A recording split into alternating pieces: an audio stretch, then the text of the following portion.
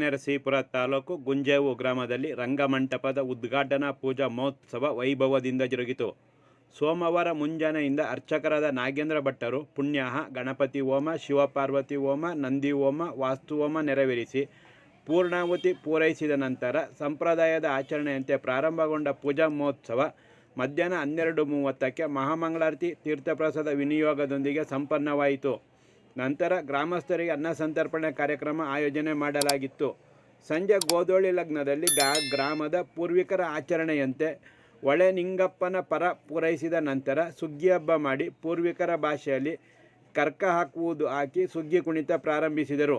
ಮೇ 20ರಂದು ಜರುಗುವ ಗ್ರಾಮದ ಹಬ್ಬದಲ್ಲಿ ವೈಭವದ ಸುಗ್ಗಿ ಕುಣಿತದೊಂದಿಗೆ ಸುಗ್ಗಿ ಕುಣಿತ ಪೂಜಾ ಮಹೋತ್ಸವ ಸಂಪನ್ನವಾಗಲಿದೆ ಎಂದು ಗ್ರಾಮದ ಹಿರಿಯರಾದ GS ಶಿವಪ್ಪ ಮಾಹಿತಿ ನೀಡಿದರು.